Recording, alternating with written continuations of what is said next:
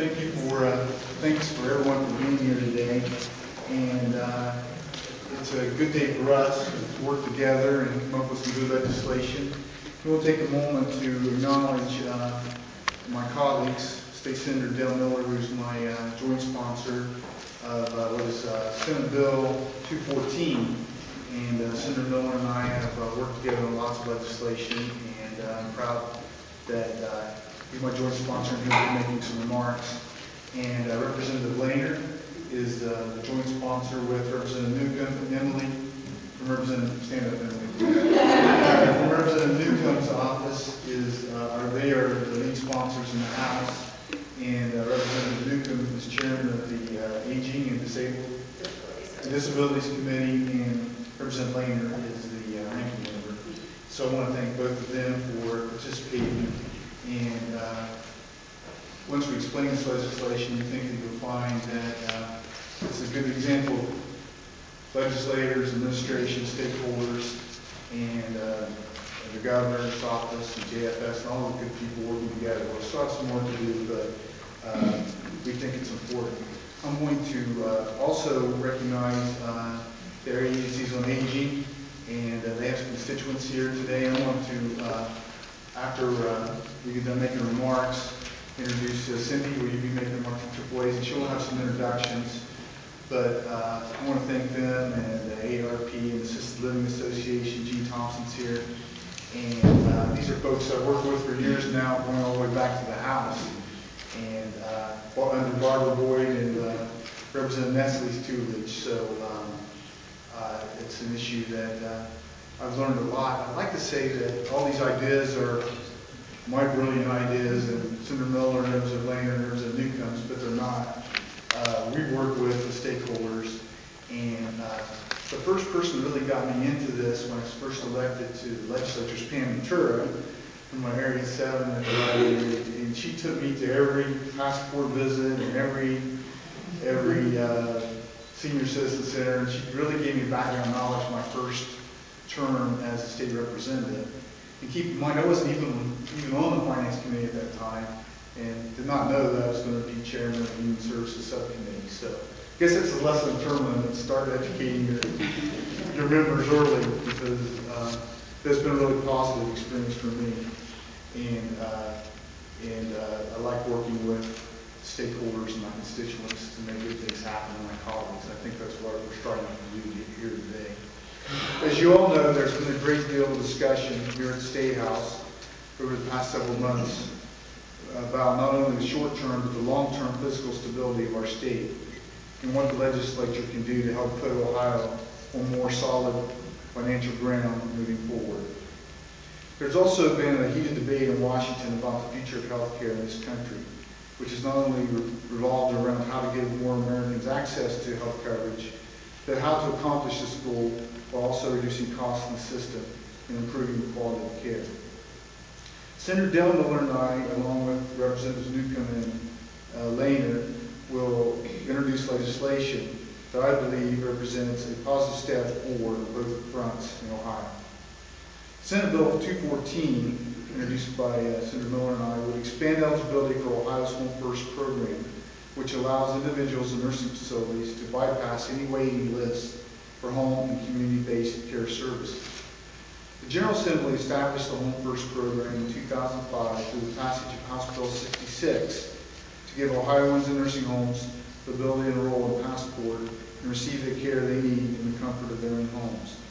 Then last year, the General Assembly approved legislation to expand eligibility for Home First to include individuals in nursing facilities who are on the waiting list for Ohio's Assisted Living Waiver Program.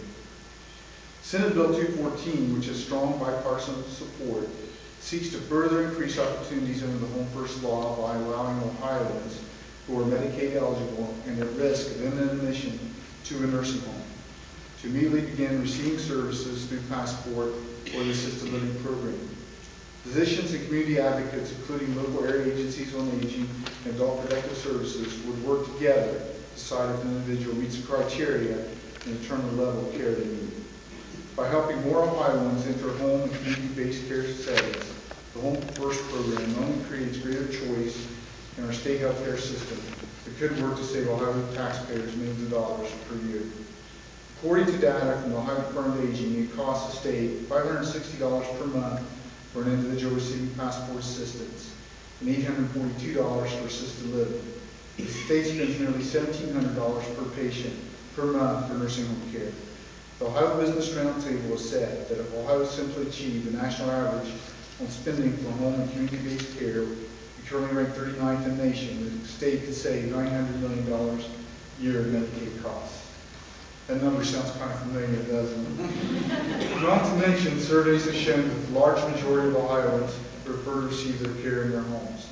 While nursing facilities provide critical care for many Ohioans, it just makes sense for Ohio to invest in home and community-based care for the well-being of Ohio consumers and long-term physical stability of our state. I look forward to meeting and working with Senator Miller and other members of the House and Senate on both sides of the aisle to move forward with this proposal. Thank you very much, Senator Carey. I just want to say that it is indeed my pleasure to work with Senator Carey and the House Prime sponsors on this very significant legislation to move health care forward in Ohio. I'd like to take this opportunity to introduce my assistant, Emily Lundgaard, who's my right-hand person on finance work. And I would start by saying that Ohio has made progress in increasing the proportion of people who receive home and community-based care. It was just a few years back that we were ranked something like 47 in the country, as opposed to 39th where we are now. And most other states have made some progress as well. So the fact that we have moved up some in the ranking means that we have moved faster than the national average.